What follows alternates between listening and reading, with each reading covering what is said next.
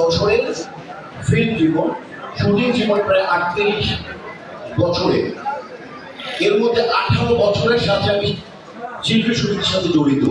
প্রথম আমি ইসি ছিলাম, তারপর কালচারাল সেক্রেটারি, তারপর আমি দুইবার আমি সিনিয়র ভাইস প্রেসিডেন্ট, তারপর 4 বছর টানা আমি সেক্রেটারি, তারপর আপনাদের দয়া সব তিনবারের প্রেসিডেন্ট।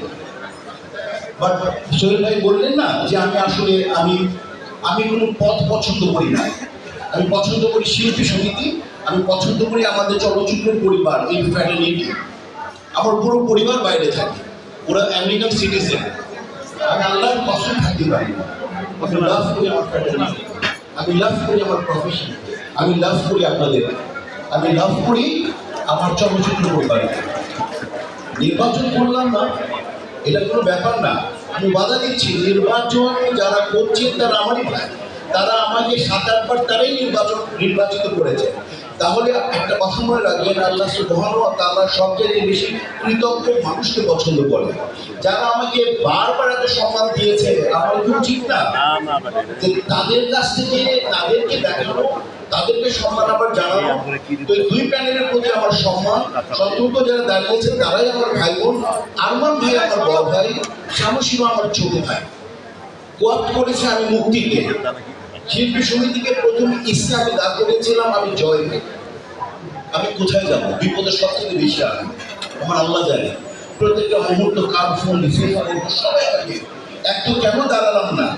এটা আমার মিডিয়ার প্রত্যেকটা ভাই, প্রত্যেকটা আমার মানে আমি যাই আর কান্না আরম্ভ হয়, কেন দাঁড়ালেন না, কেন দাঁড়ালেন না, সব থেকে বেশি।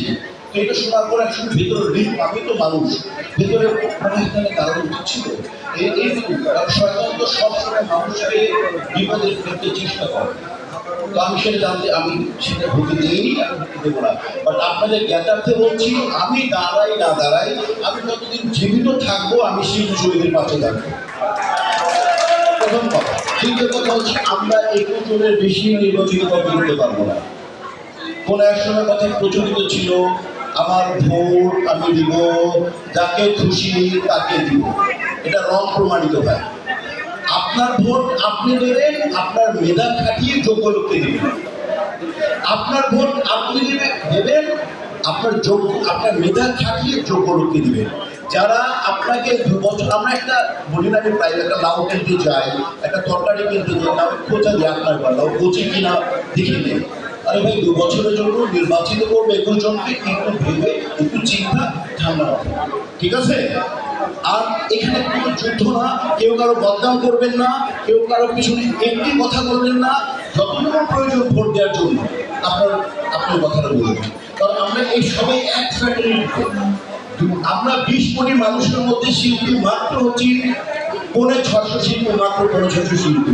আর এই 650 শিল্পীকে প্রতিনিধিত্ব করবে 21 জন।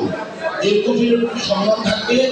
আর আমাদের সিদ্ধান্তটা সুন্দর একটা সিদ্ধান্ত হবে। আমরা এমন কিছু নোংরামি করবো না। বলে গেল ইন্টারন্যাশনাল অ্যাফেয়ার্সের যিনি সচিব বলে গেল, এবার একটু কিন্তু দিক বিদিক হয়েছে, এরকম হয় নাই, সরকার হবে না।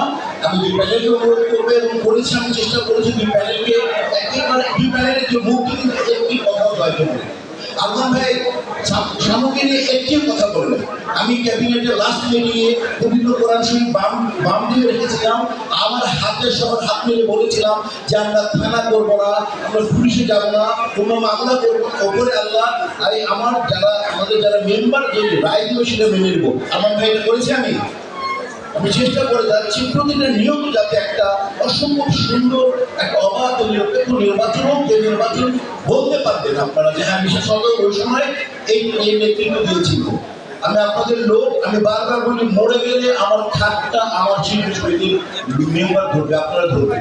কাজেই আমি থাকি বা না থাকি, দেশ যেখানে থাকি, মনে রাখবেন শিল্পী সমিতির পাশে রাখবো। থ্যাংক ইউ ভেরি মাচ, আমি কথা বলে দেওয়ার জন্য।